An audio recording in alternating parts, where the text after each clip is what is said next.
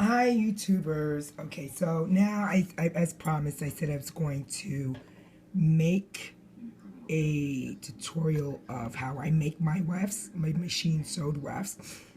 Now, honestly, I've checked out a few people on YouTube, and I say a few people can actually hold their weights, and I could run in the race with them as far as making wefts.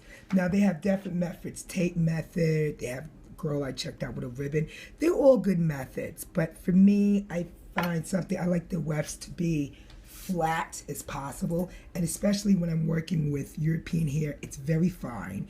And I'm still in the shop, and it's literally 11:16, so I think I'm gonna pull an overnighter.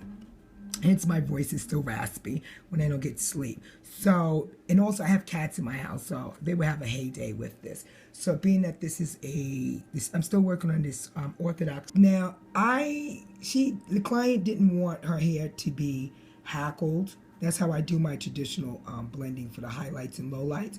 So I actually did all these lowlights and stuff and highlights by hand. You know, so again, this is what I mean when I want my track to lay as flat as possible. So I'm going to do one and show you guys how I do it. So first things first, forgive me, I'm like losing. Okay, here's my lace.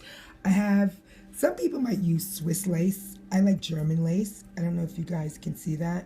This is, to me, it's a lot coarser and it's a lot sturdier. So what I'm going to do is go ahead out. This is where I say this hair gets everywhere. I'm going to go out and trace. I have my marker over there, the black one, but for some reason it just clunked out on me. So you want this to be an inch. What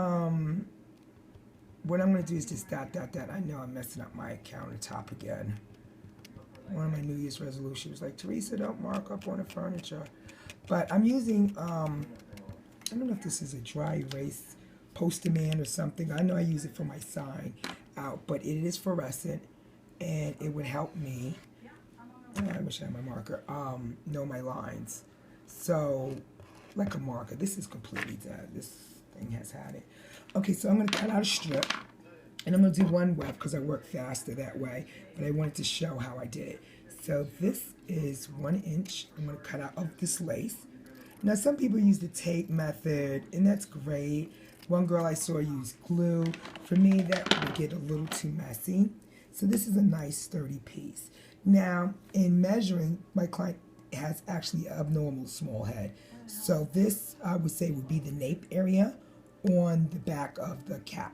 So what I'm going to do is move this over. Hold on. So you guys can see what I'm doing. Let me set this up so you can see what I'm doing. You know, I hope you do. You can see that. So what I'm going to do is first of all, I'm going to get my machine ready. And I find machine wefting is so much seamless and easier. And again, my motto is I like to work smart, not hard. Than hand sewing on the pole. So what I'm going to do now is, where's my lace? Here's the thing, when I don't get that much sleep and I'm up all night, I get the dropsies and I'm like looking for stuff 10 times over. And I think I just dropped the lace. And remember, it's so fine. I can't find it. I just had it in my hand, darn it. Here it is. I thought it fell. Okay, so I'm going to, I just want to make sure this is up. Now, being that it's going to be this inch, I want to get some hairs.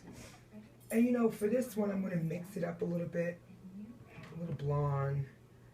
And remember, we want to keep the hair in one cuticle direction. Now, sometimes when you mess with bulk hair, it gets a little all over the place. And sometimes it becomes even. Now, there's two things I can do.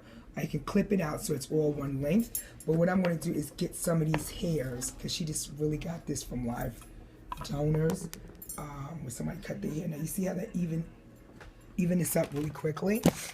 And I don't really have to use a traditional heckler. I hope I'm saying that right. Okay, so let me start here. And as I go along, I would say really do this with a sewing machine. And as I go along, you can just feed this. I'm going to have to move this so I can get my hair falling on that right place. Now what you want to do is smooth it out along the lace. Now don't worry if it's a little dense or a little thin, because especially with this hair here, it's a lot more finer. It's just, for me, I think the biggest obstacle thing is keeping all this hair together, because it becomes an issue. So what I'm also going to do is blend some blonde hair. I want to get that ready before I start, because this sewing machine really kicks up a lot of power and gets it going. So I want to pull out some blonde hair. And I'm going to do this brush real quick. And this, for me, I see if you run into a paddle brush, you can get a lot of the dead hair out. Now, my stitching tension is 7, because I'm not going to go back and forth with this hair all night, doing reverse stitch, up stitch. I'm not doing it. So what I found, the best thing for me to do is just run it back and forth. Now, I have blonde hair in here, but it's coming out like a strawberry. Now, she was able to get some very high lift blonde. I don't know if you guys can see that. I'm going to be creative and take, because mind you, this ponytail is not even long enough with the rest of this hair.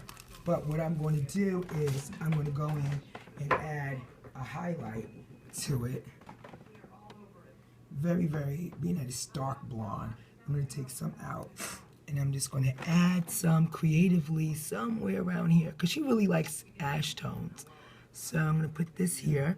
Now I got my thread, and you know, once the machine is good on tension, it really kicks off and does what it has to do. Okay, so I'm going to go, first what I'm going to do is put this on a 1 stitch, 1 line. I'm not doing zigzag yet, so I think I'm going to put this on 7. Okay, and here we go. And I say go slow at first, because this hair will pull. Let me bring this up. Yeah, single is better. And you see with the feet, it really, of the sewing machine, it really brings the hair flat. So I'm just going to take this as slow as possible. Let me go up. That's tight. And I meant to add the hair. So what I'm going to do,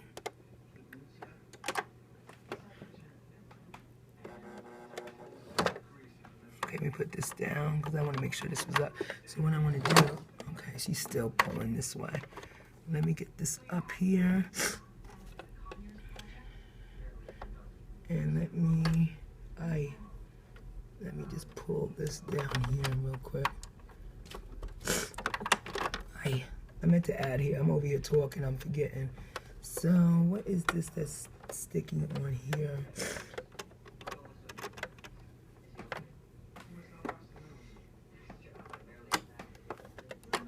Okay, there we go. I have the reverse stitch on.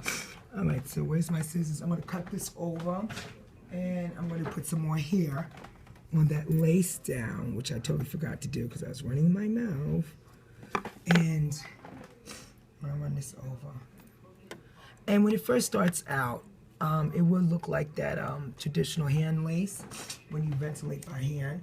I'm going to add just a few more tracks right here because it's very full, it's thin. I'm not going to play with this here. I'm a little behind schedule because I wanted to have at least 10 wefts done. Aye, put this down. You're not supposed to slam that. All right, let me get my other hair ready. So when the machine pulls, I am good. All right. What the heck, this hair's getting very nappy.